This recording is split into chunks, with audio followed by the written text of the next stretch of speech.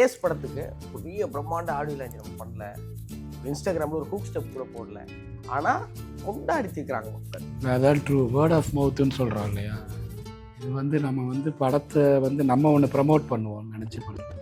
ஆனால் படம் பார்த்துட்டு வந்து அவங்க ப்ரமோட் பண்ணுறது இருக்குல்ல, அது வந்து ரொம்ப ஜென்யூன்னு நினைக்கிறேன். அதுதான் ரியல். படம் பண்ணும்போது, வேலை செய்யும்போது, கதை கேட்கும்போது இருக்கிற இதுக்கு விரும்பப்படுற ஒன்றே ஒன்று தான், இது மக்கள் எப்படி ரிசீவ் பண்ண போகிறாங்க. கடைசியில் இப்போது தேட்டரில் அது பார்க்கும்போது இதுதான் அச்சீவ் பண்ண வேண்டிய கோலு, ரிசல்ட்டு எல்லாமே, சந்தோஷம் எல்லாமே. கரண்ட் மாதிரி ஒன்று வரும், பார்த்துருக்கீங்களா? அது பேர் போல்ட். I can't understanding. காமெடின்னு ஈஸியாக கடந்து போயிட முடியாது. அது வந்து ரொம்ப சீரியஸ் பிஸ்னஸ். அது சார்லி சாப்ளின் சொன்னது. அது இவரோட ஐடியா நிறையா இருக்கோ, இவரோட ஐடியா நிறையா இருக்கும். இவர் ஸ்கோர் பண்ணுற இடத்துல இவரோட ஐடியா இருக்குது, இவர் ஸ்கோர் பண்ணுற இடத்துல இவரோட ஐடியா இருக்குது. எனக்கு அந்த கொலாபரேஷன் வந்து ரொம்ப பிடிச்சிருந்துச்சு. அது ரிசீவ் ஆகுறப்போ நம்ம என்ன நினைக்கிறோங்கிறது கரெக்டாக ரிசீவ் ஆகிடுச்சு. உங்களை வச்சு செதுக்கி இருந்தாப்புல அது வந்து எங்களுக்கு பயங்கர காமெடியாக இருக்கும். உங்களுக்கு அந்த அனுபவம் எப்படி? உங்களுக்கு காமெடியாக இருக்குது தான் நாங்கள் அப்படி பண்ணோம். திடீர்னு நடிச்சிருந்தோம், அந்த சீனை எங்கே உடைக்கிறது தெரியல, சேஸ் பண்ணி பிடிக்கிறது. ஐயோ சொந்தக்காரங்க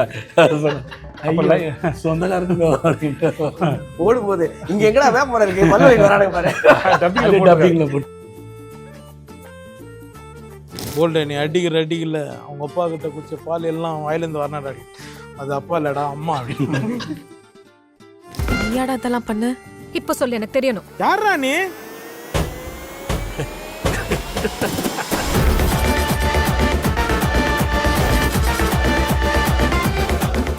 வணக்கம்ண்ணே. வணக்கம். வணக்கம் முத்து. அது 3 குறள் ஞாபகம் வருதுண்ணே. தோன்றின் புகழோடு தோன்றுக, தெய்வத்தால் ஆகாது நீனும், உங்களுக்கு நன்றி மறப்பது நன்றன்று. எல்லா மேடையிலையும் போய் இயக்குனரை பற்றி சொல்லிகிட்டே இருக்கீங்க, என்னுடைய முதல் படம். அது என்னென்ன காரணம் இருக்கு? எதையாவது ஒரு அடையாளத்தை தேடி ஓடும்போது யாராவது ரெக்கக்னைஸ் பண்ணணும்ல, யாராவது ரெக்கக்னைஸ் பண்ணணும். அதுதான் உங்களுக்கு நீங்கள்மே வைக்கிற நம்பிக்கை. திறமை இல்லாதவர்களுக்கு வாய்ப்பு கொடுக்கப்படுவதில்லை. அப்படி கிடைக்கிற வாய்ப்பு யாராவது தமிழ் நம்பினா தான் தொடங்குது, அது நம்பிக்கையில் தான் தொடங்குது. அதுக்கப்புறம் எப்படி அதுவோ எனக்கு அதுக்கப்புறம் சீரியல் வாய்ப்பு கிடைச்சதா இருக்கும். சிஜே பாஸ்கர் சார் இருக்கட்டும், ஹீரோவுக்கான வாய்ப்பு கொடுத்த சீனிவாசன் சாராக இருக்கட்டும், ஷார்ட் ஃபிலிமில் எனக்கு சான்ஸ் கொடுத்த மணிகண்டன், கார்த்தி சுப்பராஜ் இருக்கட்டும், இவர்கள்லாம் வந்து நீ இதெல்லாம் இந்த வாய்ப்புகள் என்ன சொல்லுதுன்னா, நீ உன்னை நம்புப்பான்னு சொல்லுது. அதனால் அன்னைக்கு அந்த வேரில் ஊட்டப்பட்ட நீர் இருக்குல்ல, அது வந்து ரொம்ப முக்கியமானது. அதனால் அங்கேயும் சித்தனை ஒருவேளை எனக்கு இவருக்கும் ஒரு மனஸ்தாபங்கள் என்ன எது வேணால் வரலாம், காலம் எங்கே வேணால் ஒருத்தி எடுத்துகிட்டு போகலாம், அது பிரச்சனை இல்லை. ஆனால் என்றைக்குமே அதுக்கு உண்டான மரியாதைங்கிறது எப்பவுமே இருக்கும். அதுலேருந்து தொடங்குறது நல்லா இருக்குது, அவ்வளோதான். அது அப்புறம் அவர்கிட்ட போய் சொல்ல முடியாதுல்ல, நீங்கள் செஞ்சீங்க அவர்கிட்ட சொல்லிட்டே இருக்கிறதா, நல்லா இருக்காதுல்ல. அதனால் வாய்ப்பு கிடைக்கும்போது அதை எக்ஸ்ப்ரெஸ் பண்ணுறது. அப்புறம் நம்ம போல் நாளைக்கு எந்த வீட்டு பிள்ளை வேணால் வரலாம், இந்த மாதிரி இருக்கிறதோ கேட்குறதோ நமக்குண்டான உறவை தாண்டி யாரோ ஒருத்தருக்கு ஒரு நம்பிக்கையும் அது உருவாக்கும்னு நான் நம்புகிறேன். எனக்கு முன்னாடி இருந்தவங்க அவங்க கதைகளை கேட்கும்போது சொல்லும்போது வந்து அது எப்படி எனக்கும் ஒரு நாள் அந்த கதவு திறக்கும் நான் நம்பி நான் என் பயணத்தை தொடங்கி இருப்பணும். அது மாதிரி ஏதோ ஒரு வீட்டு பிள்ளை வரும்போதும் ஓகே இது மாதிரி எனக்கு கதைகள் இருக்குங்க, நிஜமாக இருக்குது அப்படின்னு இருக்குது. பெரிய நம்பிக்கை உண்மையிலே கொடுத்துச்சுண்ணே. டைரக்டர் எனக்கு பெரிய ஆச்சரியமான கேள்வி, எப்படி யோகி பாபுவோட கால் ஷீட் அவ்வளோ நாள் வாங்கினீங்க? இல்லை நான் நடிகை தான்டா வாங்கினேன், கால் ஷீட் தான் கொடுக்க முடியும். கம்பவுண்டர் வேலையை பார்க்குறேன் நான். படம் முழுவதும் அண்ணனை பிடிச்சி உட்கார வச்சுருந்தீங்க, முதல்ல அதுக்கு ஒரு பெரிய நன்றி. இல்லை அவர் கொடுத்துட்டாரு. மலேசியாவுக்கு போயிட்டோம்ல 23 நாள் தலைவா. ஃபர்ஸ்ட் ஷெடியூலில் 23 24 நாள் போயிட்டோம். 23 24 நாள். அடுத்து ஒரு 30 நாளில் ஒரு 20 நாள் இருந்தார். அப்புறம் இங்கே ஒரு 10 நாள் கொடுத்துட்டு இங்கே ஒரு 20 நாள் விட்டு 15-20 நாள் விட்டு.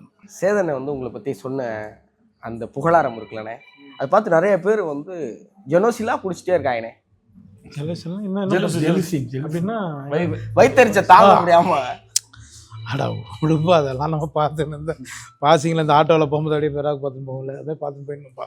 நம்ம எனக்கு அவரை பற்றி தெரியும், அவருக்கு என்னை பற்றி தெரியும். அதனால் கண்டிப்பாக அது மிகைப்படுத்துறதும் இல்லை. அது எனக்கு யோகி பாபுட்ட பிடிச்சது வந்து நான் 3 படம் மட்டும் மாத்தல தாசி அப்படியே ஆண்டவன் கட்டளை, கடைசி விவசாயி, ஜுங்கா, அப்புறம் தலைவன் தலைவி எஸ். இப்போ நான் வேறு ரஜினி சார் படம் பார்க்குறேன், இல்லை சிவாவோட படம், இல்லை வேறு விஜய் சாரோட. யோகிபா பொறுத்த வரைக்கும் எல்லா படமே அவருக்கு தனக்கான வேலையை வந்து ரொம்ப சின்சியராக பண்ண முடியாது. எப்படி அதை சொல்கிறேன்னா, ஒரு சீன் வந்தோடனே அதுக்கு என்னெல்லாம் பண்ணால் அந்த சீனை வந்து இன்னும் எலிவேட் ஆகுங்கிறத டப்பிங் முதற்கொண்டு அதை டெவலப் பண்ணுறதா இருக்கட்டும், இல்லை நாங்கள் செட்டுக்கு ஷூட்டுக்கு நடுவில் பேசும்போதும் சரி, ஏதாவது ஒன்று அது வந்து அது ப்ராக்ரெசிவாக இருக்கும். எதையா ஒன்று ஐடியா சொல்லி எதாவது ஒன்று பண்ணி சிரிச்சுட்டே இருப்பாப்புல. அப்புறம் தான் கூட இருக்க ஆளுங்க பசங்க, என் கூட இருக்க பசங்க எல்லாரையும் சரி ஏதோ ஒரு ஃபார்மில் அந்த என்ன சொல்கிறது, தன்னோட ப்ரொஃபஷனுக்கான அதை ப்ராக்டிஸ் பண்ணிட்டு இருக்க மாதிரி தான் எனக்கு ஃபீல் ஆகும். ஆமாம், அது சும்மா ஜாலியாக இருக்க மாதிரி ஜாலியாக அந்த மாதிரி இருக்கிறது தான் இங்கே ஸ்க்ரீனில். அப்புறம் எதேச்சா போகிற டைலாக்லாம் இருக்குல்ல, எனக்குலாம் ஞாபகத்தில் இருக்காது. நிறைய அந்த மாதிரி பஞ்சு மாதிரி தான் பேசுவேன் ஃப்ரெண்ட்ஸோட. இந்த ஆளுக்கு எல்லாமே ஞாபகத்தில் இருக்காது, ரொம்ப ஆச்சரியம். நிச்சயமான நான் அண்ணனை பார்க்கும்போது எஃபர்ட்லெஸ்ஸாக ஏதோ ஒன்று பண்ணுற மாதிரி இருக்கு. இல்லை ஆனால் எப்பயுமே எஃபர்ட்லெஸ்ஸாக ஒன்று தெரிஞ்சதுன்னா அவங்க கடின உழைப்பாளின்னு அர்த்தம். அது அந்த மாதிரி இல்லை, அந்த மாதிரி கொடுக்குறது. இப்போ என்னையும் சொல்லுவாங்கல்ல, நான் அதுக்கு அது அந்த வேலையை செய்கிறதுக்கு அது ரொம்ப கஷ்டப்படணும். உங்களுக்கு அது இயல்பாக தெரியறதுக்குன்னு சொல்ல வரேன். சேதனை எல்லாரும் ரசிக்கிற மனுஷன், எல்லாரையும் பயங்கரமாக ரசிப்பார். நீங்கள் சேதனை எப்படி ரசி? என்னப்பா என்ன சொல்கிறது, நாங்கள் வந்து இதுலேருந்து ஆண்டவன் கட்டிலேருந்து அவர் கூட ட்ராவல் பண்ணேன். ஒரு நல்ல மனிதராக தான் நான் பார்ப்போம். அவர்கிட்ட நடிகர்ன்றது செகண்டரி, நல்ல மனிதர், நல்ல உள்ளம். அதுதான் நாங்கள் வந்து இன்னும் அவரோட ட்ராவல் பண்ணிகிட்ருக்கோம். ஒரே வார்த்தை சார், நீங்கள் நல்லா இருப்பீங்க சார். ஐயோ, நன்றி அவ்வளோதான் சார், சார், ரொம்ப நன்றி சார். வேறு வார்த்தைகள் இல்லை. அண்ணன் வந்து அண்ணனுக்கு ஒரு வருத்தம் இருக்குங்க மேலே, அதை சொல்லிக்கிட்டே இருக்கீங்களா, டைரக்டே பண்ண மாட்டீங்களா? ஏய் கேளுங்க, சொல்லுவேன் நான் அப்பப்போ. இப்போ கூட சொன்னேன், எங்க ஒரு கதையை சொல்லுங்க, வேணா என் நம்ம எத்த ப்ரொடக்ஷன் படத்தை மூலம் முடிக்கலாம் அப்படின்னாரு. என் ப்ரொடக்ஷன் கூட பண்ணுங்கண்ணே. அது நினைக்க நான் பண்ணுவேன். ஆனால் பண்ணுவோம் ஒரு நல்ல அவருக்கு ஒரு நம்பிக்கை வரணும்ல. ஒரு நாள் அது எல்லாம் இப்போ எனக்கும் ஆசை இருக்குது. ஆனால் என்ன ஏதோ தயக்கிறோம்ல, ஆனால் ஒரு நாள் அது நடந்துடும். அது கண்டிப்பாக டைம் கிடைக்கணும். ஏன்னா நம்ம தொழில் வந்து நம்ம ஒரு தொழில் காமெடி தொழில் பண்ணிட்டு போகிறோம். இப்போ எல்லாம் ரசிக்கிறாங்க இல்லையா. அவர்கிட்ட நான் வந்து நிறைய கதைகள் சும்மா அப்பப்போ அவரு ஃப்ரீயாக இருக்கும்போது நானே இருக்கும்போது எதாவது உட்காரும்போது பேசுவோம். ஆனால் என்னென்னா அது நான் ஜாலியாக தான் பேசிட்டு இருந்தேன். அது ரொம்ப சீரியஸாக இருந்தது அவர் தான். ஐயோ நீங்கள் என்ன ஒரு படத்தை டைரக்ட் பண்ணியா, நான் கூட ப்ரொடியூஸ் பண்ணுறேன் அப்படின்னு இருக்காரு. அது லைஃப்பில் நடக்கட்டும் சார். அது என்னைக்கா அது எப்பவுமே அது கட்டாயப்படுத்தக்கூடாது. ஆனால் அது என்னைக்கா ஒரு நடக்கும். என்ன கேட்டால் அவர் இப்போ இந்த படத்தில் பண்ண வேலை இல்லை, ஏஸில் பண்ண வேலையாக இருந்தால் இன்றைக்கி காமெடியன்னு சொல்லிக்கிறதுக்கு இன்றைக்கி நிறைய பேர் இல்லை. யோகிபாவோட தேவை வந்து ரொம்ப முக்கியம் இண்டஸ்ட்ரிக்கு. நான் அதையும் மனசில் வச்சு தான் சொல்லி என்றைக்காக ஒரு நடக்கட்டும். ஆனால் இன்றைக்கி இவரோட தேவை ரொம்ப முக்கியம். இப்போ நடுவில் விகடனில் வந்து கதிர்வேலன் சொல்லி சீனியர் சார் வந்து என் கதைன்னு சொல்லி சார்லி சாப்ளின் ஒரு புக் கொடுத்தாங்க. அது வாசிக்கும் போது ஃபுல்லாக எங்கேயோ யோகிபா பண்ண எல்லாம் கனெக்ட் பண்ண முடிச்சுட்டே இருந்து எனக்கு டேரக்டர்கிட்ட ஒரு கேள்வி இருக்குது. ஆனால் ஏஸ் படத்துக்கு பெரிய பிரம்மாண்ட ஆடியோ லான்ச் நம்ம பண்ணல, இன்ஸ்டாகிராமில் ஒரு ஹூக் ஸ்டெப் கூட போடல, ஆனால் கொண்டாடி தீர்க்குறாங்க மக்கள் எல்லாரும். வந்து அதாவது மைக்கை பார்த்துட்டு சிரிக்க ரெடி ஆகலை, சிரிச்சுக்கிட்டே வந்து மைக்கில் படம் சூப்பராக இருக்குது அப்படின்ட்டு கடந்து போகிறாங்கல்ல. அந்த விமர்சனங்களை பார்க்கும்போதும் அந்த மக்களை பார்க்கும்போது, மனிதர்களை பார்க்கும்போது உங்களுக்கு என்ன தோணும்? அதான் ட்ரூ வேர்ட் ஆஃப் மவுத்துன்னு சொல்கிறோம் இல்லையா. இது வந்து நம்ம வந்து படத்தை வந்து நம்ம ஒன்று ப்ரமோட் பண்ணுவோம் நினச்சி பண்ணுறோம். ஆனால் படம் பார்த்துட்டு வந்து அவங்க ப்ரமோட் பண்ணுறது இருக்குல்ல, அது வந்து ரொம்ப ஜென்யூன்னு நினைக்கிறேன். அதுதான் ரியல். அது படத்தை பார்த்துட்டு அப்படியே வெளியில் வந்து அந்த ரியாக்ஷன்லேயே வந்துட்டு பாதி விமர்சனம் வந்துருச்சு. அவங்க சிரிச்சிட்டு வரையிலே பாதி விமர்சனம் வந்துருச்சு.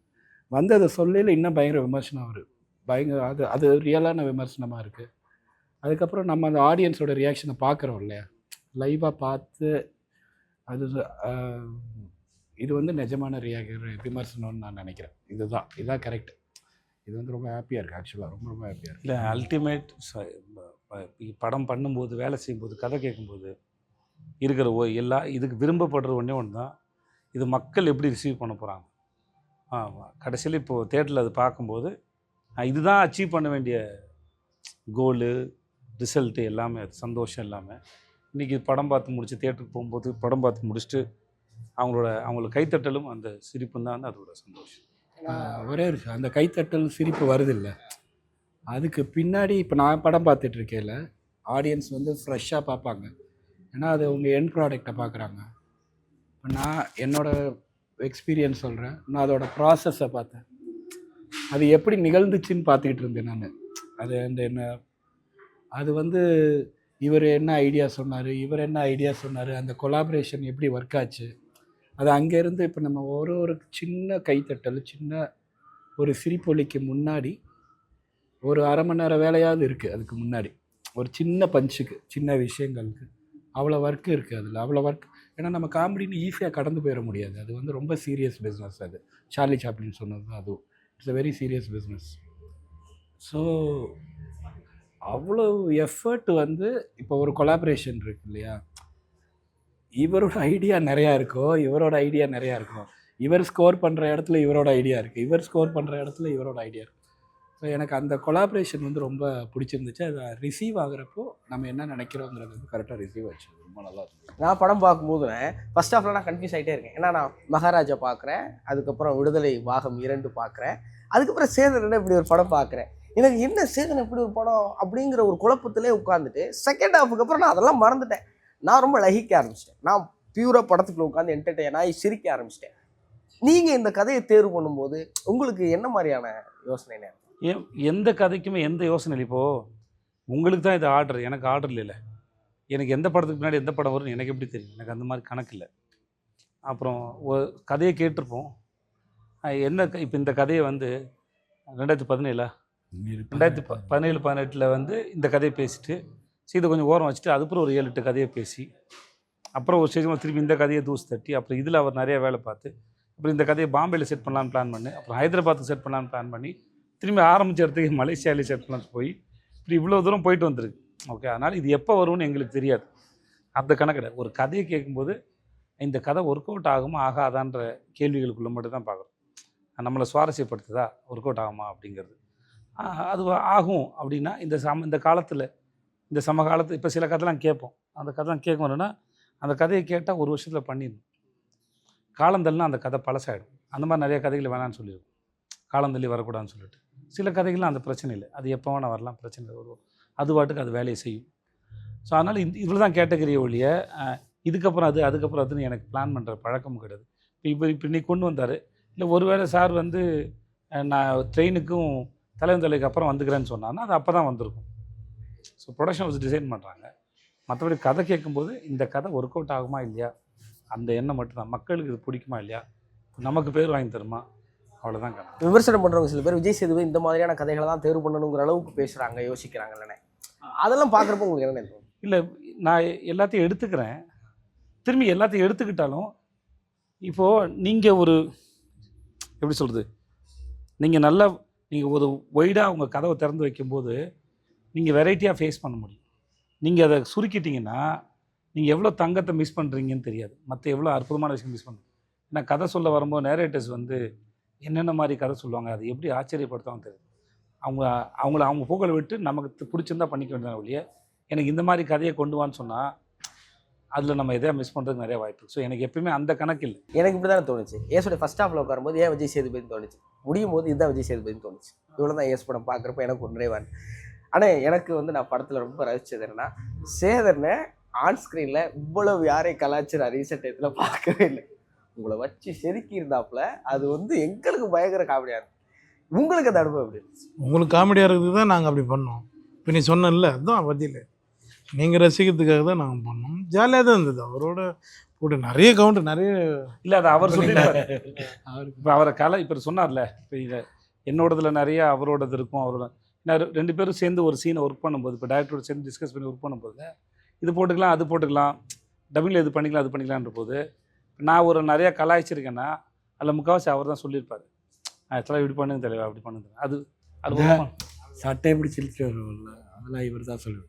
இப்படி பிடிங்க தெரியும், அப்படி பிடிச்சி இழுத்துட்டு வாங்க வேண்டாம். அது அந்த இதுவை வந்து அவர் இவருமே அரையிற சீன்லாம் அவர் தான் சொன்னார். நான் வைக்கையில் அந்த மாதிரிலாம் சொல்லலை. வில்லன் வந்து அடிக்கிற மாதிரிலாம் வைக்கல. அவர் வைக்கையில் வந்துட்டு அவர் வந்து சட்டையை தான் பிடிப்பார். இவர் தான் சொன்னார், அரைங்க சார், 2 அரை விடுங்க சார் அப்படின்னாரு. அரையை விட்டோன்னே இவருக்கு ஆட்டோமேட்டிக்காக அடுத்து இவரோட ரியாக்ஷனுக்கு வருது இது. ஸோ அந்த கொலா அது திடீர்னு நடிச்சிட்டு இருந்தோம்.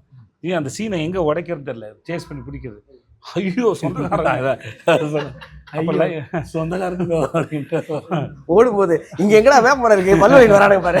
டப்பிங்ல போட்டு அதுல போட்டிருக்காரு. ஓகே, அந்த ஐயோ சொந்தக்காரன் ஓடும்போது என்னால நடிக்க முடியல, சிரிச்சுட்டே இருக்கேன் நான். இல்லை உண்மையிலே அப்படி சொந்தக்காரனுக்கு ஒரு தொல்லை கொடுக்கறதுக்கிட்டே அது ரியாக்ஷனாக பார்க்கும், ஒரிஜினலாக கொடுத்துட்டோம். இல்லை, அந்த சீன் வந்து ரொம்ப சீரியஸாக போயிட்டுருக்கு. அந்த சீனை உடச்சி அங்கேருந்து ஓடணும்ல, ஓடுறதுக்கு அது சும்மா நான் ஒரு சைரன் போலீஸ் சவுண்டு வர்ற மாதிரி ஏதாவது ஒன்று பண்ணலாமா அப்படின்னு யோசிச்சுட்டு இருக்கேன்ல, இப்படி சொல்லிடுவோமா ஐயோ சொந்தக்காரன் அப்படின்னு. அன்றைக்கி டைம் ரொம்ப கம்மி, ஷூட் நல்ல மழை பெஞ்சிட்டு இருந்தது அன்றைக்கி. நின்று இருந்தோம், லைட் இறங்க ஆரம்பிச்சு ஈவினிங் போயிட்டு டப்புன்னு. இல்லை, அந்த ஐடியா ஓகே பண்ணுறதுக்கு ஒரு தைரியம் வேணும். ரொம்ப முக்கியமான சீனில் ஐயோ சொந்தக்காரன்னு கரெக்டாக அப்படின்றத சொல்லி நம்ம காலி. அதனால இந்த மாதிரி நிறைய இடத்துல நம்ம ஒரு சீன் ஒன்று பண்ணோம், ஞாபகம் இருக்கா சார்? அந்த இதில் லாக் பண்ணி முட்டி போட்டு வெள்ளம் கென்னு வைப்பாரு. ஆமாம், அது டைலாக் ஒன்று டைலாக் அதை கட் பண்ணிட்டு ஒரு சார் நாங்கள் பண்ணோம். போல்டு நீ அடிக்கல அவங்க அப்பா கிட்ட குடிச்ச பால் எல்லாம் வாயிலேருந்து வரனாடா அடி, அது அப்பா இல்லடா அம்மா அப்படின்னு இந்த வெள்ளம் பேசுவார். சொல்லுவார், அது கட் பண்ணிட்டான் லென்த்துக்கு. அது ட்ரீம் சீட் வரும்போது அதே மாதிரினே நான் கேட்குறேன், படம் முழுவதும் ஒரு நல்ல நண்பனா உங்களுக்கு எங்கெல்லாம் உங்களை மாட்டி விடக்கூடாதோ அங்கெல்லாம் உங்களை நல்லா மாட்டி விட்டு வில்லன்ட்ட எல்லாத்தையும் ஹீரோட எல்லாத்தையும் மாட்டி விட்டே வருவார். ரியல் லைஃப்ல இந்த மாதிரி நண்பர்களை சந்திச்சிருக்கீங்களா? அவங்களை எப்படி ஹேண்டில் பண்ணுவீங்க? இல்லை, முதல்ல இப்போ இதில் சொன்னால் இது வந்து மாட்டி விடல, அது ஒரு இன்னசென்ஸு. ரியல் லைஃப்பில் அப்படி நண்பர்கள்லாம் அப்படி ஒன்றும் செய்ய மாட்டாங்க. அப்படி செஞ்சால் அவங்க பேர் துரோகி. அதனால் வந்து கணக்கில் வராது. கணக்கில் வராது. என் ஃப்ரெண்ட்ஸ் யாரும் அப்படிலாம் செய்ய மாட்டாங்க, மூவி அப்படிலாம் பண்ண மாட்டாங்க. இவர் இன்டென்ஷனலாலாம் மாட்டி விடல. இல்லை, அதான் இன்னசென்ஸ். அதான் யதார்த்தமாக தானே நடக்குது. இன்னசென்ஸ் அவருக்கு அவ்வளோதான் தெரியும் அப்படிங்கிற மாதிரி. வலது காலத்தை வச்சு வாங்கினா கிளைமேக்ஸில் அவன் வெள்ளம் கொல்ல போகிறான், வலது காலத்தை வச்சு கொல்ல வாங்கினான்றான். அதில் தெரியவானா அவன் எப்பேற்பட்டிருக்காரு. இல்லை, அதையே அது படம்ல ப்ளே பண்ணிட்டு அதை வச்சு தான் கிளைமேக்ஸே எழுதியிருப்பான். கிளைமேக்ஸு வந்து அவர் கடைசி வரைக்கும் நம்புவாப்பில்ல, அவன் என் அத்தை பையன்டா ராஜ்.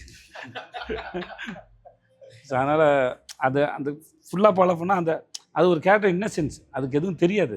இப்போ அப்படி பார்த்தா திவ்யாவை பிஸ்னஸ்மேன் சொல்லி ஏமாற்றும் போது உங்களுக்கு ஆடா இல்லைல்ல, ஏன்னா அது அவர் அப்படி கேரி பண்ணல. அதே இதை பிருத்திவிராஜ் பண்ணியிருந்தாருன்னு வச்சுக்கோங்களேன், உங்களுக்கு வந்து அது ஹார்டாக இருக்கும். ஏன்னா அது அப்ரோச் பண்ணுற ஃபார்ம் தானே, இவர் அப்ரோச் பண்ணுறது அது ரொம்ப இன்னசென்ஸ்.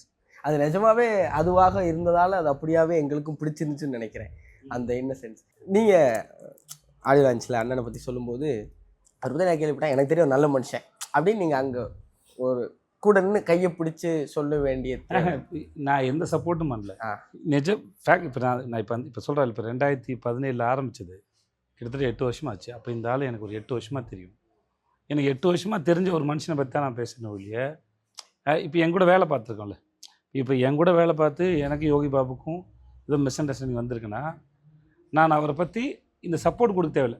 நல்ல அனுபவம், நல்லா பண்ணியிருக்காரு அப்படின்னு சொல்லிட்டு போயிடலாம ஒழிய நான் நெகட்டிவாக பேச தேவையில்லை. அதை தாண்டி இல்லை அவர் மேலே வைக்கப்படுற விமர்சனத்துக்கு உண்டான ஆள் அவர் இல்லை, அவரோட வேலை பார்த்துருக்கேன் அப்படின்னு சொல்ல வேண்டிய அவசியம் வந்து இப்போ எக்ஸ்பீரியன்ஸ், நான் அனுபவப்பட்டதை சொல்கிறேன் அப்படின்ட்டு. ஏன்னா அந்த ஒரு முகமாக இருந்தால் ஏதாவது ஒரு இடத்துல எங்களுக்கு தெரியணும்ல. இப்போ நீங்கள் வந்தோடனே ஆரம்பிச்சோன்னு கேட்டில்ல, இப்போ எப்படி இத்தனை நாள் கால் ஷீட் கொடுத்தாருன்னு அப்படின்னு அவருக்கு ஒன்றும் தேவையில்லையே. எனக்கு ரொம்ப டிமாண்டில் இருக்கிற ஒரு ஆள் தானே, அப்படி ஒன்றும் தேவையில்லை. ஸோ அந்த எனக்கு இவருக்குமே ரொம்ப வருஷம் அறிமுகம் வரும். ஆமாம், எனக்கு அவரோட ஃபர்ஸ்ட் இதுலேருந்து இருக்கேன். ஏன்னா இவர் 4 போலீஸ் நல்லா இருந்தார். 4 போலீஸ் நல்லா இருந்தார். 2014 அப்போ தலைவன் தலைவியில் மறுபடியும் யோகி இல்லை ஒரே ஒரு சாரி சார், அந்த கேள்வியை உனக்கு கேட்கணும்னு தோணுச்சு. எந்த கேள்வி? 50 நாள் எப்படி டேட் வாங்கினீங்கன்னு. உங்கள் டேட் கிடைக்க மாட்டேது அப்படி சொல்லு, பிஸியாக இருக்கிறதுனால கிடைக்க மாட்டேங்குதான், வேறு எதுவும் இல்லை. வேறு எது? ஆனால் அதை தான் சொல்கிறேன். நான் வந்து அண்ணனை போய் அண்ணன் வீட்லேயே ஒரு முறை நேரம் செஞ்சுருக்கேன். எனக்கு தெரிஞ்சு ரொம்ப நீங்கள் சொன்னதான் சின்சியராக அண்ணன் சொன்னது, என்ன பண்ணுறீங்க, ஷூட்டிங் போயிட்டுருக்கேன், தினந்தோறும் ஸ்பாட்டுக்கு போய் தினந்தோறும் உழைச்சி தினந்தோறும் நேசித்து தினந்தோறும் சினிமாவோட வாழ்கிற ஒரு ஆள்னு அண்ணன் ஒன்றுங்கிறத நான் கூட இருந்து பார்த்தது சின்ன அனுபவத்திலே அறிவிலே சொல்கிறேன். அதனால தான் டேட் எப்படி கேட்டிங்கன்னே சொல்லேன் தவிர அவருக்கு கேட்டது வந்து ஒன்றும் இல்லை, டேட் நீங்கள் கொடுக்கலன்னு சொல்லல, டேட் உங்களால கொடுக்க முடியாதேங்கிறத வந்துட்டு எப்படி வாங்கினீங்கன்னு கேட்குறேன். டேட் நான் பேசுறதுக்கே இவ்வளோ இன்னசென்ட்டாக இருக்குது. நாங்கள் விடுதலை பாகம் 2 வந்து பிக் பாஸ் சீட்டுக்குள்ள உட்காந்து பார்த்தோம். அப்போ எங்களுக்கு படம் பார்க்குறதுங்கிறது ரொம்ப அரிதினும் அரிதானதாக இருந்துச்சு. ஒரு படத்தோட ஹீரோ அப்படியே சட்டையை கட்டிட்டு ஒரு பேர் பாடியில் ஒரு 6 பேக்ஸ்லாம் ட்ரை பண்ணணும், அல்லது ஒரு ஷோல்டர் ஆர்ம்ஸ் அப்படிலாம் இல்லாமல் ரொம்ப அசால்ட்டாக அது ஒரு கெத்தாக நாங்கள் பேசிகிட்டு இருந்தோம். நான் விஷயம்லாம் பேசிட்டு இருந்தோம். ஒரு ஹீரோ பேர் பாடியோட இவ்வளோ கேஷுவலாக அதை கெத்தாக கட்டினா சேதனம் தாண்டாங்கிற நாங்கள் பேசிகிட்டு இருந்தோம் ஒன்று. இப்போ நீங்கள் இதை கேரி பண்ணுறது இருக்குல்ல, ஒரு நம்ம மேலே இருக்கிற ஒரு கான்ஃபிடென்ஸ் இருக்குல்ல. இப்போ ரஜினி சாரை சொல்லுவாங்க, அவர் வந்து ஹீரோனா அப்படி தான் இருக்கணுங்கிறலாம் உடைச்சாரு. டேலண்ட் இருந்தால் போதும், அவன் தான் ஹீரோ அப்படிங்கிற ஒரு கான்ஃபிடென்ட் உங்களுக்குள்ள உச்சத்தில் இருக்கிறத நிறைய இடங்களை நாங்கள் தொடர்ந்து பார்த்துட்டே இருந்தோம். அதுக்கு என்ன காரணம்? அந்த கதாபாத்திரோட தன்மை தான் நினைக்கிறேன். நீங்கள் அதை தான் கேரி பண்ண போகிறீங்களுடைய ஃபிசிக்கல். முதல்ல உடம்பு வந்து ஃபிட்டாக இருக்கணும், அது அதுக்கு தேவைக்கு இல்லை, கதாபாத்திரத்துக்கு தேவைக்கு ஏற்ற மாதிரி இருக்கணும்னு வச்சுக்கோங்களேன். ஒருவேளை உங்களுக்கு அது அந்த கதாபாத்திரத்துக்கு ஒத்து வரலன்னு வச்சுக்கோங்களேன், உங்களுக்கு 1000 கேள்வி வரும். அப்புறம் அது வடிவமைக்கப்பட்டது கூட ஒத்து வரலன்னா உங்களுக்கு 1000 கேள்வி வரும். விக்ரமில் இருந்தாலும் சரி, விடுதலை இருந்தாலும் சரி, அதோட கதாபாத்திரத்தின் தன்மையோடு உங்களுக்கு ஒத்து வரதுனால உங்களுக்கு அது போயிடுது. நானும் அது பின்னாடி தான் நானும் இருக்கிறேன், அதனால் அதை நம்பி தான் இருக்கிறேன். அந்த கேரக்டர் அப்படி இருக்குது. அவங்க பொண்டாட்டி பிள்ளைங்களாம் விட்டுட்டு எங்கெங்கேயோ சுற்றிட்டு இருக்காங்க. அவனுக்கு சோறு தண்ணிலாம் ஒழுங்காக கிடைக்காது, கிடைக்கிறத வச்சு தான் வாழ்ந்துட்டு இருக்காங்க ஒருத்தங்க. முன்ன பின்ன தான் இருப்பாங்க, அது ஒன்றும் பண்ண முடியாது. அது அவ்வளோதான், அதுக்குள்ளே இருக்கிற அதோட சென்ஸான ஒளி. விக்ரம் பொறுத்த வரைக்கும் அது அவன் ஒரு ட்ரக் அடிக்ட் அவனுக்கு. அப்படியே அதனால் அவனுக்கு வேறு எதுவும் தெரியாது. அவனா ட்ரக் அடிச்சுக்கலாம், அவனே சொல்லியிருப்பாங்க, விட்டு அவனே ஒரு 4-5 வருஷத்தில் செத்துருவான் இருப்பாங்க. அவனுக்கு அவ்வளோதான். ஃபகத் ஃபாசில் பேசும்போது இருக்கும், அது அவள் ட்ரக் எடுத்துக்கிறாங்க. அதில் ஒர்க் பண்ணும்போது என்னோடய ஆக்டிங் கோச் பூஜா இருந்தாங்க. அவங்க தான் அதை பற்றின ரிசர்ச் பண்ணிட்டு ஷோல்டர் இறங்கி போன்லாம் தேஞ்சிட்டு வரும், ஷோல்டர் இப்படி இறங்கி விட்டுனாங்க. அதனால் அந்த பாடியில் இங்கே வச்சு பண்ணது உங்களுக்கு அது இப்படி இருக்கும் அவங்களோடது அப்படின்னு சொல்லிட்டு. ஸோ இதெல்லாம் அதை அந்த கேரக்டர் என்னவா அது கேரக்டர் மேலே இருக்க வைக்கிற நம்பிக்கையும் அது ப்ரெசென்ட் பண்ணுற நம்பிக்கையிலையும் மற்ற எதுவும் தெரியாதுன்னு தான். அந்த அப்புறம் இன்னொன்று வந்து எப்பயுமே ஆரோக்கியமாக ஃபிட்டாக இருக்கிறதுங்க தனி, அதையும் இதையும் கம்பேர் பண்ணக்கூடாது, ஒத்துக்கூடாது. ஸோ அதனால் இது வந்து ஒரு அது ஒரு மாயையாகவும் பார்க்குறேன். இப்படி தான் இருக்கணுங்கிற அது ஒரு சொல்லுவாங்க, ஆர்டிஸ்டோட உடம்புங்கிறது ஒரு இன்ஸ்ட்ருமெண்ட், அது பத்திரமா வச்சுக்கணுங்கிறது அது ஒரு செப்பரேட். அதில் நான் என்னவா இருக்கிறேன், அதில் சரியோ தப்போ அது வேறு கணக்கு. பட் ஆனால் இதுதான் ஒரு ஃபார்மெட் இருக்குதுல்ல, அது சரியில்லைன்னு நான் நம்புகிறேன். ஆரோக்கியமாக இருக்கிறதுங்கிறது சரி, ஆனால் 6 பேக்கோட இருக்கணுமாங்கிறது தான் கேள்வி. உங்கள் ஹெல்த் கான்சியஸை நான் தொடர்ந்து ஃபாலோ பண்ணி நேரம் கிடைக்கும் போது யோகா கிளாஸ் போயிட்டுருக்கீங்க, திடீர்னு பார்த்தா சிலம்பம் கற்றுக்குறீங்க, திடீர்னு பார்த்தா குத்து வரிசைங்கிறீங்க, திடீர்னு கிளாசிக் கிளாஸ் போகிறேங்கிறீங்க. இப்படி கிடைக்கிற நேரத்தில் இதை கடந்து வெளியெல்லாம் போய் கற்றுக்கிறதுன்னு ஒன்று இருக்குல்லண்ணே, அது எவ்வளோ தேவை நினைக்கிறேன்? அது ஆக்டருக்கு ரொம்ப முக்கியம்னு நினைக்கிறேன். நான் மற்றவங்களுக்கு காமனாக சொல்ல முடியாது, பட் எனக்கு அது தேவைப்படுது. எதையாவது ஒன்று கற்றுக்கிட்டே இருக்கும்போது ஏதாவது ஒரு மூளை கொஞ்சம் புதுசாக ஏதாவது லேர்ன் பண்ணும்போது ஆக்டிவாக இருக்க மாதிரி நான் நம்புகிறேன் நான். ஸோ அது இன்னும் கொஞ்சம் இளமையாக வச்சுருக்கணும்னு நான் நம்புகிறேன் நான். அந்த பைக் எடுத்துகிட்டு வர சீனில் சாருங்க அண்ணனுக்கு ஒரு கெட்டப், அது எப்படி சரி வச்சிங்க? எது ஒரு கெட்டப் நீங்கள் மட்டும் சைனீஸ் லேடி கெட்டப் யோசிச்சா அதுக்கு நிறைய ரெஃபரன்ஸ்லாம் எடுத்து பார்த்தோம். கொலாபர் அவர் ஏதாவது பேரை ரெஃபரன்ஸாக யூஸ் பண்ணுவார், அதெல்லாம் நான் கொஞ்சம் கட் பண்ணி வச்சுருந்தோம். அதில் டப்பிங்கில் போட்டிருந்தோம், பேர் வேணாம், சீக்கிரம் வேணாம், சரி வேணா விட்டுருங்க, அங்கேயே வேணான்ட்டு இன்டர்வியூவில் பேச நல்லா இருக்கு. அதுதான் அதுக்கு ஆக்சுவலாக எடுத்த ரெஃபரன்ஸில் வந்துட்டு ஒரு ரஷ்யன் மாடல் இருப்பாங்க அந்த ட்ரெஸ்ஸில். அந்த ட்ரெஸ்ஸை எடுத்துகிட்டு அதுக்கப்புறம் அதை பார்த்துட்டு இதை போட்டால் நல்லா இருக்கணும்னா அவங்களால இமேஜின் பண்ண முடியல, காஸ்டியூம் டிசைனர்னால இதை எப்படி அங்கே அப்படின்னு சொல்லிட்டு ஒரு தடவை பார்த்து அப்புறம் எப்படி இருக்கும். ஐயோ மலேசியா தீச்சி மாதிரி இருப்பானே ஆளு. ஆனால் ஜாலியாக தான் இருந்தது சார். நல்லா நிறைய பேர் அந்த சொல்லும்போது சிரிச்சுட்டு கேட்குறான் சார். அண்ணன் சார் அந்த பேர் அண்ணன் சைனீஸ் ஆயான மேலே அங்கே எடுக்கும்போது ஷார்ட் எடுக்கும்போது அங்கே இருக்கிறவங்க ஒரு 4-5 பேர் அப்படியே பார்த்துக்கணும், ஓ அப்படின்னு ஒரு மாதிரி தான் பார்த்தேன். அது ஆக்சுவலாக ஷூட் பண்ணது சைனீஸ் மார்க்கெட், அது கேரளில் இருக்குது சைனீஸ் மார்க்கெட். நீங்கள் எப்போதும் சொல்கிறதுண்ணே, இலக்கில் வெற்றி பயணம்தான் வெற்றி அப்படின்னு நீங்கள் எப்போதும் சொல்கிறது. இந்த பயணத்தை நீங்கள் இவ்வளோ ரசிக்கிறதுக்கு காரணம் என்ன? அந்த ரசிக்கிறதுனால தான் இந்த வெற்றி நடக்குது நம்புறீங்க? பிடிக்கிறது ஒரு காரணம், பிடிச்சனால ரசிக்கிறோன்னு நான் நினைக்கிறேன். பிடிச்சி வந்திருக்கோம். அப்புறம் நிஜமாகவே ஒரு நான் ஆல்மோஸ்ட் 365 நாளில் ஒரு 300 நாளாவது ஷூட்டில் இருப்பேன்னு நினைக்கிறேன். ஒரு குறைஞ்சபட்சம் 250 நாளாவது ஷூட்டில் இருப்பேன். ஷூட்டில் இருக்கிற அனுபவம் வந்து ரொம்ப நல்லாயிருக்கும். ஆல்மோஸ்ட் டிசிப்ளின்டாக வேறு இருக்கும். நைட் சீக்கிரம் தூங்கி ஆகணும், காலைல சீக்கிரம் எந்திக்கணும், 6 மணிக்காவது எந்திக்கணும். வேலைக்கு போகிறதுக்குல 6 மணிக்கு எழுந்துச்சு நீங்கள் ஃப்ரெஷ் ஆகி வீட்டில் இருந்தால் ஒரு 10-12 மணிக்கு தூங்குவோம். பட் அங்கேனா 6 மணிக்கு எழுந்திரிச்சு அப்புறம் வந்து ஷூட்டில் இருக்கிறனால வந்து நம்மளை ஒழுங்காக பார்த்துக்கணும், சிக்காயிடக்கூடாது, இல்லை ஷூட்டு பாதிக்கப்படும் அப்படின்னு ஒரு டிசிப்ளின் இருக்கும். அப்புறம் அந்த வேலை செய்யும்போது கிடைக்கிற டெய்லியும் சீன் கிடைக்கும்போது அது ஒரு ஒரு ஒரு தனி மனுஷன் செய்கிற வேலை இல்லைல்ல, இவ்வளோ பேரோட சேர்ந்து செய்யணும்ல. நீங்கள் வந்து கேமராமேனு, டைரக்டரு, கோ ஆர்டிஸ்ட்டு, ஆர்ட் டிபார்ட்மெண்ட்டு, மற்ற ஆர்டிஸ்ட்டு, ஜூனியர் ஆர்டிஸ்ட்டு, ஒரு பெரிய வேலை அது நடக்கிறது. அதை நான் ரொம்ப என்ஜாய் பண்ணுறேன், ரொம்ப ரசிக்கிறேன். அது ரசிக்கும் போதே வந்து மற்ற எல்லாமே அதுக்கப்புறம் கிடைக்கிறது அதெல்லாம் போனஸ் தான். ஒரு படத்தின் வெற்றியோ அதுக்கப்புறம் வர்றதோ எல்லாமே போனஸ் தான். வேலையில் சுகம் கிடைக்கும் போதில்ல, அது வந்து அது பெரும் சுகம். அதனால தான் உங்களை நாங்கள் ரொம்ப ரசிக்கிறோம். எனக்கு இந்த ஒரே ஒரு கேள்வி இருக்கேன். இன்றைக்கி சினிமா வந்து ப்ரமோஷனை பொறுத்து தான் படம் போய் சேரும்னு ஒரு நம்பிக்கை இருக்குது. ஏஸ் எங்கேயோ அந்த இடத்துல ஒரு சின்ன கிராக்கை ஏற்படுத்தியிருக்க அந்த நம்பிக்கையில் நான் நம்புகிறேன். நம்ம மகாராஜா நம்ம புஜ் கலிஃபாவில் போய் எடுத்துகிட்டு போய் வைக்கணும். ஏஸ் படம் ரிலீஸ் ஆனதுக்கு பிறகு உட்காந்து நம்மளாம் அதை பற்றி பேசி சிரித்து அதை என்ஜாய் பண்ணிகிட்டு இருக்கோங்கிறப்போ மக்கள்கிட்ட கொண்டு போய் சேர்றதுக்கு எது முக்கியம்னு நினைக்கிறீங்க? மக்களில் முதல்ல வந்ததுக்கப்புறம் டிசைட் பண்ணுறது மக்கள். அந்த மக்கள்கிட்ட கொண்டு போய் சேர்க்க வேண்டிய நம்மளுடைய, ஏன்னா எல்லாருக்கும் அவங்க வீட்டு வேலைகள் இருக்குது. எங்களுக்கு சில நெருக்கடி, நாங்கள் இது நிறைய பிளான் பண்ணோம், பேசணும், சில நெருக்கடிகள் இருக்குது, வேறு வழியில் வந்தாகணும். ஸோ இருந்த டைம் ரொம்ப கம்மி. ஆடியோ லான்ச் வைக்கலாம், பெருசாக பேசலாம்னு சொல்லும்போது ப்ரொமோஷன் பண்ணும்போது அப்போ சண்டை நடக்க வார் நடந்துட்டு இருந்தது. அந்த சமயத்தில் உட்காந்து ஒரு படத்தை ப்ரொமோட் பண்ணுறது வந்து வைக்கிறது சரியில்லைன்னு சொல்லிட்டு அதுக்கப்புறம் தான் நாங்கள் அதை யூடியூப்பில் விட்டோம். ஸோ அது சரி கிடையாது. ஸோ அதுக்கப்புறம் படத்தை தள்ளி வைக்கலாம்னு நினச்சோம். ஸோ எதுவுமே கடைசி ஒரு வாரத்துக்கு முன்னாடி நடக்கிற வேலைகளாக இருந்தது. ஸோ அது எங்களுக்கு தெரிஞ்சது. இங்கே சில சமயம் வேறு வழி இல்லை, அது சில சமயம் அமைஞ்சிடும். ஆனால் எங்களுக்கு ஒரு பதட்டம் இருந்தது. அது நேற்றுக்கு இன்னைக்கு வந்து நிம்மதியை கொடுத்துருக்கு. என்னென்னா இப்போது தேட்டரோட ரிசல்ட் என்ன தான் கற்றுனாலும் கடைசியில் தேட்டரில் மக்கள் கத்தணும், இல்லாட்டி நம்ம கதறணும். அதனால் நோட் பண்ணி அந்த வாய் திறக்க வந்துட்டு அப்போ என்ன அர்த்தம்? இல்லை அது அவர் சொல்கிறது தான் கரெக்டு. வந்திருக்கும் கவுண்டர், அது ஏதோ இன்டர்வியூ கேமராவுக்கு இப்போ மரியாதை இப்போ நான் தொடர்ந்து சொல்லவா வேணாம்? இது இல்லை நீங்கள் ஆரம்பிச்சு. எனக்கு ஒரு கான்சியஸ் கிரியேட் பண்ணி அதை தப்பாக சொன்ன மாதிரி தப்பாக சொல்லிட்டேன்னா கரெக்டாக சொன்னேன். ஒரு கவுண்டர் வந்துச்சுன்னா அப்புறம் அந்த கண்ட்ரோல் எப்படி கண்ட்ரோல் பண்ணலாம்? சரி, முடிஞ்சோன்னு சொல்கிறீங்களா? அப்புறமா சொல்லுங்கள், கண்டிப்பாக சொல்லுங்கள், உங்கள்கிட்ட தான் சொல்லுவேன். ஓகே. அதனால் இவங்களுக்கு பிடிச்சி இவங்க ரியாக்ட் பண்ணிட்டாங்கன்னா மற்ற எனக்கு பீட்சாவுக்கு நடந்தது சொல்லுங்கள். பீட்சா வந்து விருந்தார் இல்லைவா? பீட்சா காலில் ஷோ போட்டாங்க தலைவா. காலில் ஷோ பார்த்துட்டு எனக்கு நெகட்டிவாக ஒரு தலைவா. அப்போது நான் எஸ்கேப்பில் படம் பார்த்தேன். என்ன மால் சார் அது? இஎம்ஐ தான். ஆமாம் ஆமாம், இஎம்ஐ. அதுவே எஸ்கேப் தானே? எஸ்கேப் தான், எஸ்கேப். இஏல படம் பார்த்துட்டேன். நடுவில் கொஞ்சம் பக்கத்தில் ஆஃபீஸ் அங்கே இருக்குது, அபிராம்புரமா சார்? இது இங்கே இல்லை, கமல் சார் இங்கே சார், இவரோட ஆழ்வார்பேட்டு. மழை, செம்ம மழை தலைவா.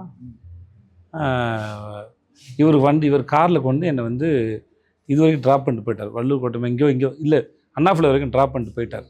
மழை, கார் வராது, மாட்டிக்கும். எனக்கு காலில் பார்த்தவங்களாம் நிறைய பேர் நெகட்டிவாக சொல்லிட்டாங்க. படம் தேட்டரில் உட்கார முடியல அப்படிலாம் சொல்ல ஆரம்பிச்சிட்டாங்க. எனக்கு பயம் வந்துடுச்சு. என்னடா அப்படி ஆயிடுச்சு அப்படி ஒன்று இருக்கும்ல. இது மேலே ஒரு ஹோப் இருந்தது. ஒரு சில பீஸான ஒரு படமா, நடுவில் கொஞ்சம் போதான ஒரு படமா இப்படிலாம் கேட்டாங்க. ஏன்னா 2 டைட்டிலும் ஒன்று இருந்தது. அதனால் டைட்டில் மேலே யாருக்கு நம்பிக்கை? சில பேர்லாம் தான் என்கிட்ட சொல்லியிருக்காங்க, எங்கள் எப்படியா டைட்டிலையாவது மாற்றிடுங்க, ஃப்ரெண்ட்ஸுக்கு சொல்லுங்கள், நடுவில் கொஞ்சம் பக்கத்தை காணணும் என்ன டைட்டில் அப்படின்னு. சில என்ன பீஸான ஒரு டைட்டிலா அப்படிலாம் கேட்டாங்க. ஓகே, எனக்கு யாரும் தப்பாலாம் சொல்ல. இது எனக்கு இருந்த பயத்தை, அந்த சமயத்தில் இந்த பயத்தை இன்னும் கொஞ்சம் அதிகம் தான் படுத்துச்சு இல்லையா, நம்பிக்கை வரைக்கும். பட் படம் பார்த்து சந்தோஷ் நாராயணன், சிங்முஷி சந்தோஷ், அந்த சர்க்கெலாம் படம் பார்த்துட்டு போஸ்ட் ப்ரொடக்ஷன் சொல்லிட்டாங்க படம் சூப்பராக இருந்துன்னு சொல்லிட்டாங்க. காட் சுபாராஜ் சொல்லிட்டாரு எல்லாம். ஆனால் படம் ரிலீஸ்க்கு அப்புறம் உங்களுக்கு வர ரிசல்ட் இருக்குல்ல, பயம், செம்ம பயம். நல்ல மழை சார் வந்து அண்ணாப்பிள்ளை போயிட்டு அங்கேருந்து நடக்க ஆரம்பிச்சோம். அண்ணாப்பிள்ளையும் நடந்து வந்துகிட்டே இருக்கேன். கோடம்பாக்கம் பிரிட்ஜ் ஏரியா வந்து பைக்கில் வர சொல்லிட்டு வந்து என் ஃப்ரெண்டு ஒருத்தர் வந்து பைக்கில் வந்து அண்ணா மேம்பாலத்திலேருந்து கோடம்பாக்கம் பிரிட்ஜ் நடந்து வந்து அண்ணாப்பிள்ளை தான் கரெக்ட். இல்லை சார், அண்ணாப்பிள்ளை அங்கே தான் நிறைய தண்ணி மாட்டி. ஆமாம் இல்லை சார், இங்கே அண்ணாப்பிள்ளை இருக்கேன். அதனால் நான் பார்க்கல தான் வந்தேன். ஸோ வந்துட்டேன். இங்கே வந்ததுக்கப்புறம் ஃப்ரெண்டு வந்து பல்சர் வந்து கூப்பிட்டு வந்தார். உடனே நேராக அப்போ காலையில் இங்கிலீஷ் மார்னிங் ஷோ 3 ஷோவும் மேட்னிங் ஷோவும் இங்கிலீஷ் போகுது ஏவியில். அப்புறம் ஈவினிங் ஷோவும் நைட் ஷோவும் தான் பீட்சா. வெளியே பேனர் கூட இல்லை. இப்போ நான் வந்துட்டு அன்றைக்கி ப்ரெஸ் மீட்டர் போக முடியலன்னு நினைக்கிறேன். ஏன்னா இங்கே டிலே ஆனதால போக முடியல, மழையில் மாட்டிட்டு நேராக தேட்டருக்கு தான் போகிறேன். 5 தேட்டருக்கு போய் என்னென்ன ரிசல்ட்டு அப்படின்னு கேட்டேன். தம்பி வெளியே பேனர் கூட வைக்கல, வெளியே வேறு நல்ல மழை, நான் ஷோ ஃபுல்லு. எனக்கு வந்து இந்த டிக்கெட் கவுண்டில் இருந்த ஒரு அண்ணன் அந்த சொன்ன வார்த்தை அன்றைக்கு தேதிக்கு ஒரு 1.25 கோடி எடுத்தப்பட்ட படம் மவுத் பப்ளிசிட்டியில் வந்து அந்த இடத்துக்கு வந்து சேர்ந்ததில்லை. ஸோ என்றைக்குனாலும் எப்பயும் வந்து அந்த ஆச்சரியம் நிகழ்ந்துடும். மக்களுக்கு ஒன்று பிடிச்சிச்சின்னா அது போய் சேர்ந்துருங்கிறதுல எப்பயுமே இருக்கிற நம்பிக்கை தான். ஆனால் மறுபடியும் தலைவன் தலைவியில் உங்கள் காம்போ கண்டிப்பாக ஏசுக்கு அப்புறம் பயங்கர எதிர்பார்ப்பாக இருக்கும். எப்படி இருக்கும்? சும்மா அதுவும் பயங்கரமாக தான் இருக்கும். நினச்சேன் இவ்வளோதான் வரும். பயங்கரமாக இருக்கும். அது ஆடியன்ஸ் இது இன்னும் 10 மடங்கு அதை என்ஜாய் பண்ணுவாங்க. இதை விட நல்லாயிருக்கும். ஒரு ஏரியாவுக்குள்ளே அது நிறைய இன்ட்ரெஸ்டிங்கான கேரக்டர், செம்ம கேரக்டர். அந்த படமே ஒரு தெரியல, அது ஒரு கைண்ட் ஆஃப் ஃபில்ம் அது. ஆனால் ரொம்ப நல்லாயிருக்கு. எப்படி சொல்கிறதுன்னு தெரில, ஆனால் படம் நல்லாயிருக்கும். சூப்பராக சார். எந்த ரூட்டில் சொல்கிறேன். இப்போ இந்த டீசர் வந்துச்சுல்ல, அதான் மூடு வேறு ஒன்று. ரொம்ப நல்லா இருந்தது. ரொம்ப ரொம்ப நன்றி இயக்குனருக்கு. ஏன்னா ரொம்ப ஜாலியாக டக்குன்னு ஒரு படத்தை எடுத்து ரொம்ப டக்குன்னு பார்த்துட்டு ஜாலியாக போயிட்டு இன்னும் பயங்கர ஜாலியாகிட்டு வெளில வர மாதிரி இருந்துச்சு. அது ரொம்ப மகிழ்ச்சியாக எங்களை நீங்கள் வச்சுருந்தீங்க. ஒரு முழு படத்துலையும் சேதனை யோகியனையும் முழு படமும் பார்த்தது என்னமோ எங்களுக்கு ரொம்ப பிடிச்சிருக்கு. ஏன் ஆடியன்ஸ் சந்தோஷமாக வர்றாங்கன்னா ஒருவேளை இதுதான் காரணமா அப்படின்னு நான் நினைக்கிறேன். ரொம்ப ரொம்ப நன்றி. உங்களுக்கு ரொம்ப நன்றிண்ணே. ஏன்னா சேதனை அப்படின்னா எந்த ஒரு கட்டத்துக்குள்ளேயும் உங்களை அடக்க முடியாமல் ஒரு நடிகர்னா இப்படி தான் இருக்கணும் அப்படின்னு நீங்கள் சீதக்காதியாக சூப்பர் டீலக்ஸாக அவனா எடுத்துக்கிட்டோம். ஏசையும் நான் அந்த பட்டியலில் எடுத்து வைக்கிறேன். அப்படி ஏதாவது ஒன்று பண்ணி எங்களை மகிழ்ச்சிப்படுத்தி நீங்கள் ரசித்து எங்களை ரசிக்க வைக்கிறதுக்கு ரொம்ப நன்றி. ரீமாவுண்ணே, உங்களுடைய உழைப்பும் உங்களுடைய சினிமா மீது கொண்ட தீவிரமான காதலும் சினிமா மீது நீங்கள் வச்சுருக்கிற பிரியமும் நாங்கள் பார்த்து எப்போதும் வியக்கிறோம். அண்ணன் சொன்னதை இன்னைக்கு சினிமாவுக்கு நீங்கள் ரொம்ப ரொம்ப தேவை. அதுக்கு நீங்கள் தொடர்ந்து எங்களை மகிழ்விக்கிறதுக்கு நன்றி. ஆனால் நான் ரொம்ப மிஸ் பண்ணுற ஒன்று கேட்டால் தப்பாக இருக்குமான்னு தெரியல, எனக்கு கேட்கணும் போல் ஆசையாக இருக்குது. தப்பாக இருந்தால் கட் பண்ணிடுவோம், சொல்லுங்கள். எனக்கு வந்து நீங்கள் யோகி எனக்கு ஒரு முத்தம் கொடுக்கணும், அதை பார்க்கணுன்னு ஆசை. நாங்கள் தனியாக கொடுத்துக்கோம் நினச்சேன். உங்களை சொல்லிடுவேன் உங்கள்கிட்ட. நீங்கள் ஒரு ஸ்பீச் ஒன்று கொடுத்தீங்களா லென்த்தாக, அந்த தமிழ் இல்லை முன்னாடி தமிழை பற்றி ஒரு அவளும் நானும் தமிழ் பேச்சு மூச்சில் கொடுத்தீங்க இல்லையா, அது வந்து அழகான ஸ்டோரி டெல்லிங், சூப்பராக இருக்கும் அந்த ஸ்டோரி டெல்லிங். அது வந்து என்னோடய பையனுக்கு வந்து என் ஒய்ஃப் வந்து மோட்டிவேஷனாக காட்டுவாங்க எப்படி பேசுகிறாங்க அப்படின்னு சொல்லி. சரி, அது உங்களை பார்த்த உடனே அப்போலேருந்து சொல்லணும்னு நினச்சிட்டு இருந்தேன். சொல்லிடுறேன் நான் நடிச்சிருவான் சீக்கிரம். All the best. இந்த ஏரியா விட்டுட்டு சீக்கிரமாக அந்த ஏரியாவுக்கு வாங்க, நடிக்கிறேன். என்ன சார் ஹீரோவா? வாழ்த்துக்கள். தேங்க்யூ.